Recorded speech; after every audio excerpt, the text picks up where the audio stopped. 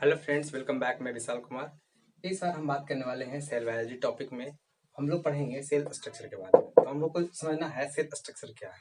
ठीक है, हम लोग दुनिया में जितने भी जीव है हम लोग देखते हैं उनके सेल के बारे में। अगर देखते हैं तो उनके सेल किस तरीके से बने होते हैं, यानी कि कोशिका किस तरीके से उनका बना हुआ होता है, उनके कोशिकाओं में क्या क्या होता है, यानी कि सेल में क्या क्या होता है।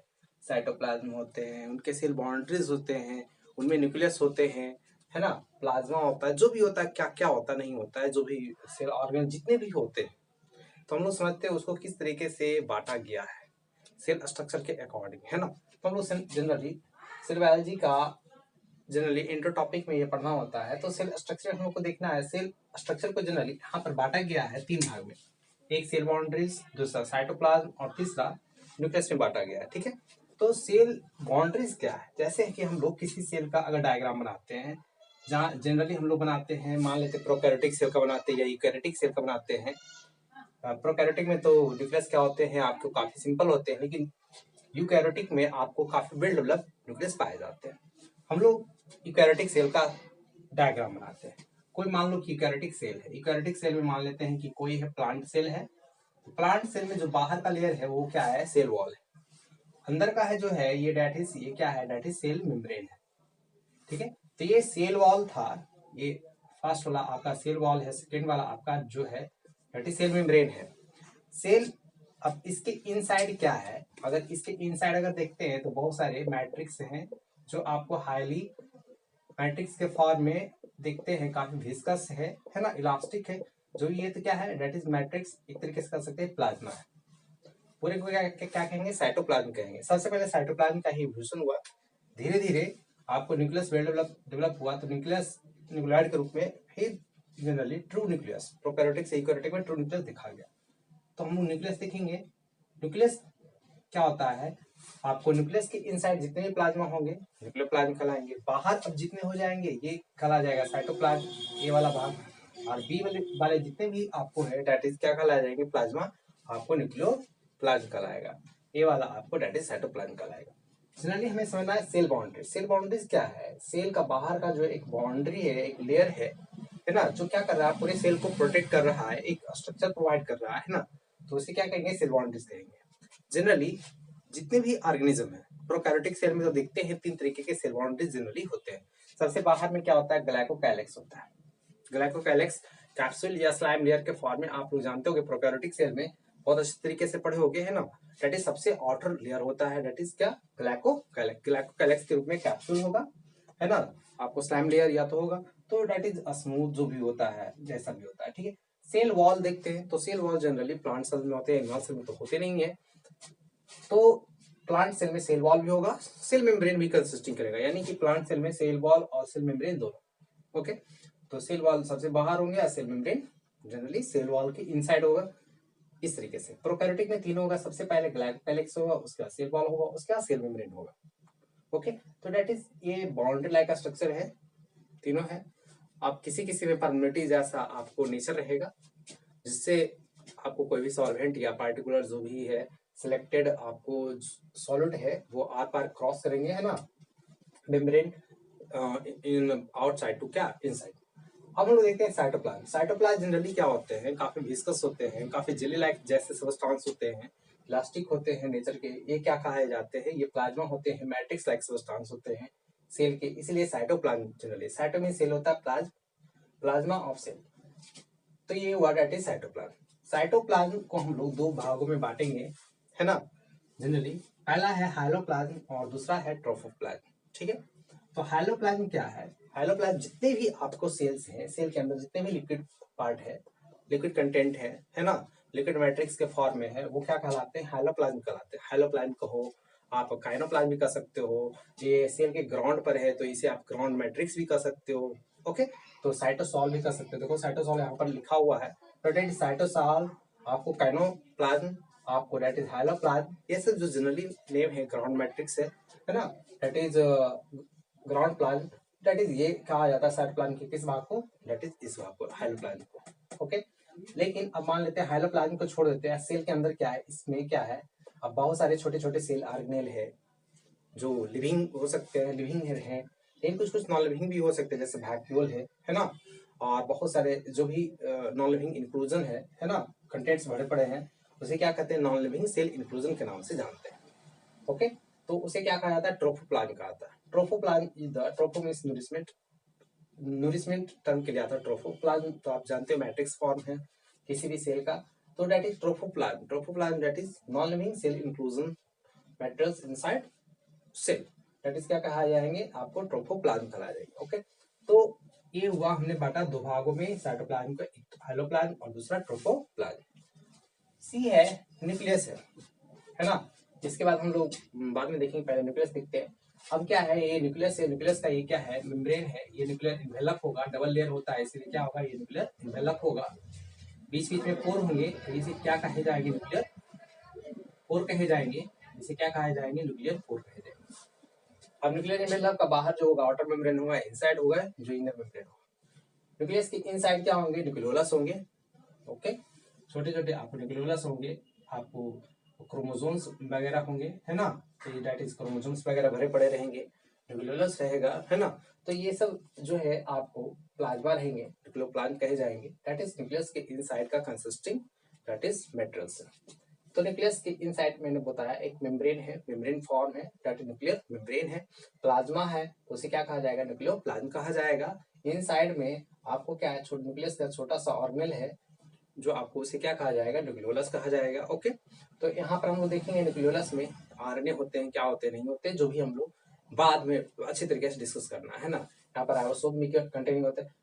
अब फोर्थ है क्रोमोसोम। क्रोमोसोम कंटेनिंग क्या होता है, ये जेनेटिक मटेरियल्स होता है, आप तो जानते ही हो, क्रोमोसोम प्रत्येक ऑर्गेनिज्म में ये पार्टिकुलर जेनेटिक स्ट्रक्चर के फॉर्म में होते हैं ना, तो जेनेटिकली वेरिएशन, हेरिडिटी, ये सब में आपको रिप्रेजेंटेशन करते हैं अपना, है ना, तो दैट इज क्रोमोसोम है। क्रोमो मींस कलर होता है, जो means body, that is the colour body consisting inside nucleus, that is chromosome. Okay, प्रत्येक ऑर्गेनिज्म में क्रोमोसोम का नंबर क्या होगा, अलग अलग होगा।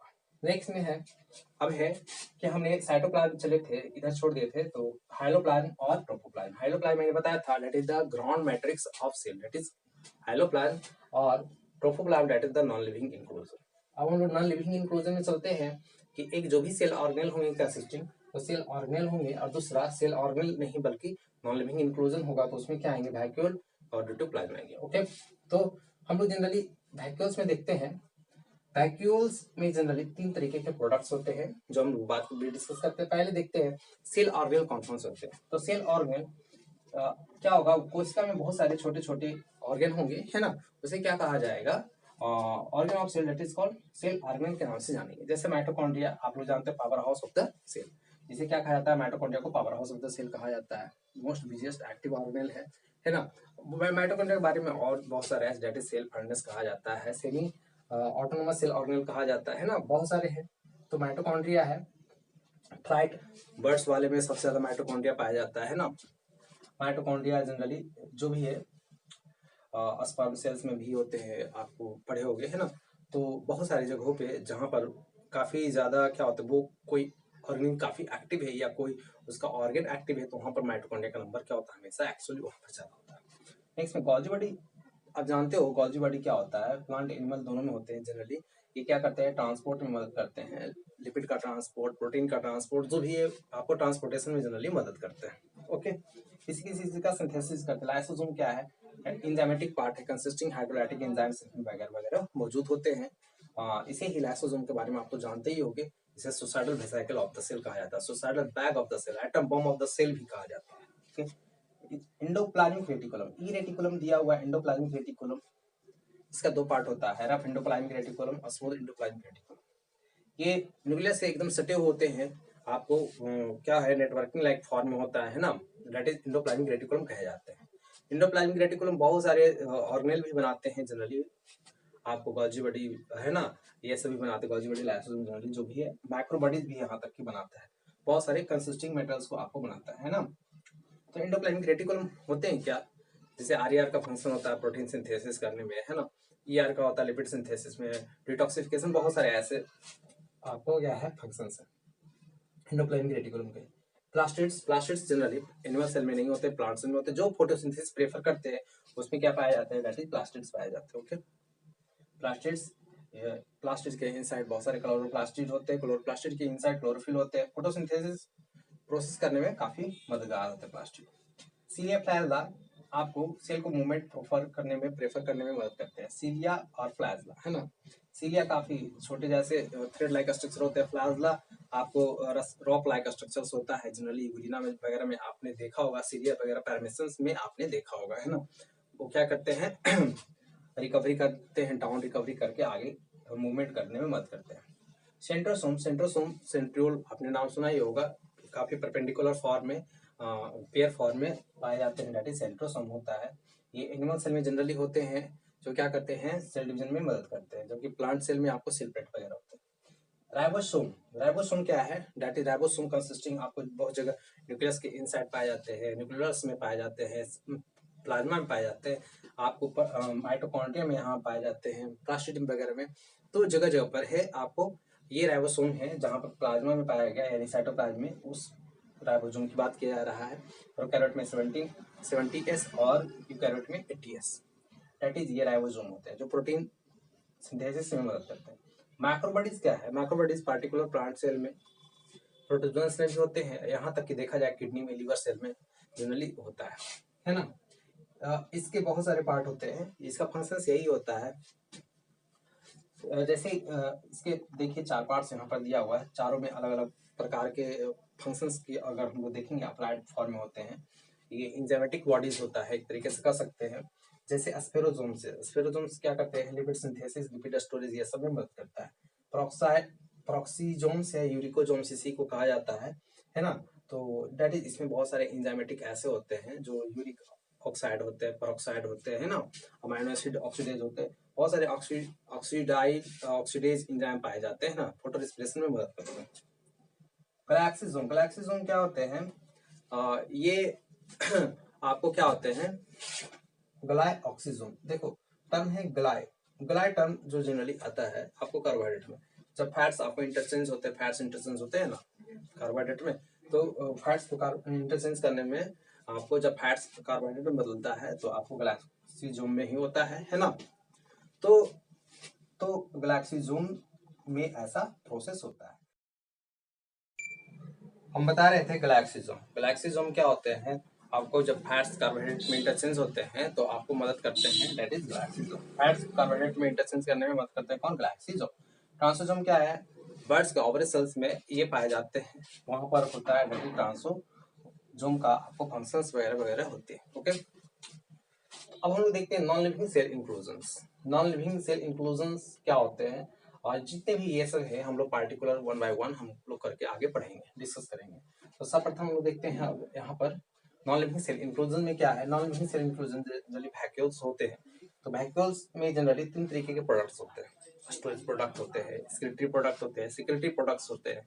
There are 3 types of products are consisting in vacuoles. Okay, vacuoles में जनरली एक सिंगल मेम्ब्रेन होते हैं, दैट इज टोनोप्लास्ट होते हैं, जनरली कहोगे।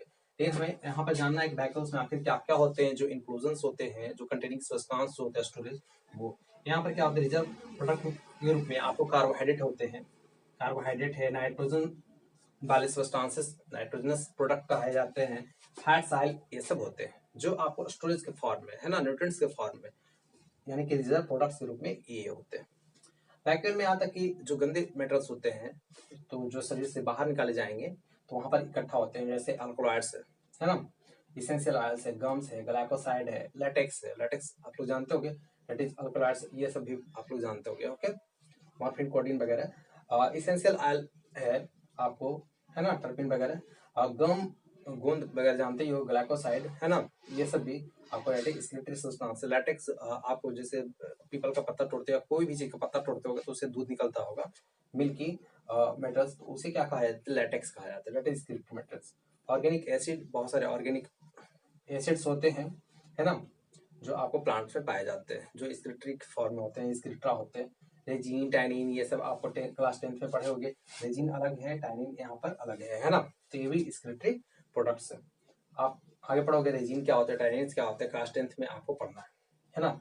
रेजिन कहाँ से प्राप्त होते हैं, टैनिन कहाँ से प्राप्त होते हैं, मिनरल क्रिस्टल्स, ये जनरली नया टर्म है। मिनरल क्रिस्टल्स क्या होते हैं, कैल्शियम ऑक्सीलेट्स वगैरह प्लांट्स में कई कई पर पाए जाते हैं ना, वो आपको टिश्यू सपोर्टिंग में मदद करते हैं, आपको होम्योस्टैसिस में मदद करते हैं, प्लांट के होम्योस्टैसिस में मदद करते हैं ना, तो टेम्परेचर रेगुलेशन में मदद करते हैं, है ना। जनरली सेक्रेटरी प्रोडक्ट्स में क्या होता है, जो मटेरियल्स प्लांट में एक जगह से दूसरी जगह निकल करके जाए, है ना, तो प्लांट्स की इनसाइड ही इनसाइड जाए, जिसके कारण जैसे फ्लावर है, फ्लावर का कलर में चेंजिंग आता है, जैसे पेटल्स में हम लोग देखते हैं ना, तो देखते हैं कलरिंग मैटर होते हैं उसके पेटल्स में। नेक्टर पाए जाते हैं। नेक्टर क्या होता है, दैट इज काफी न्यूट्रिशियस प्रोडक्ट होता है ना, जिससे आपको गेन करते हैं क्या, इंसेक्ट वगैरह, है ना। तो ये मैंने बताया सेल स्ट्रक्चर में। तो सेल स्ट्रक्चर में जनरली आप कभी कभी देखोगे तो सेल स्ट्रक्चर में जनरली आप कंटेंट में दो भाग पहले बांटा गया। एक तो सेल वॉल, यानी कि एक नॉन लिविंग मटेरियल सेल वाले में दो भाग में देखते होंगे, एक लिविंग वाला मटेरियल, एक नॉन लिविंग वाला, एक नॉन लिविंग वाला, एक लिविंग वाला। तो नॉन लिविंग क्या है, सिर्फ सेल वॉल है, cell wall generally non living है। और लिविंग में पूरे को क्या कहा जाता है, प्रोटोप्लास्ट कहा जाता है, प्रोटोप्लास्ट टर्म दिया जाता है। तो ये आपको ध्यान से समझना है कि प्रोटोप्लास्ट जो है दैट इज लिविंग कंटेंट से, जबकि आपको नॉन लिविंग जो है सेल वॉल है। जनरली हम यहाँ पर डिस्कस जो किए हैं सेल वॉल को, सेल बाउंड्रीज में डिस्कस करती है, तो ये जनरली समझना है। तो हमने बताया आपको सेल स्ट्रक्चर, है ना। तो वॉच करने के लिए हमेशा देखते रहिए, है ना, हमारे FB, हमारे YouTube चैनल पर, है ना। आगे मिलते रहेंगे, धन्यवाद।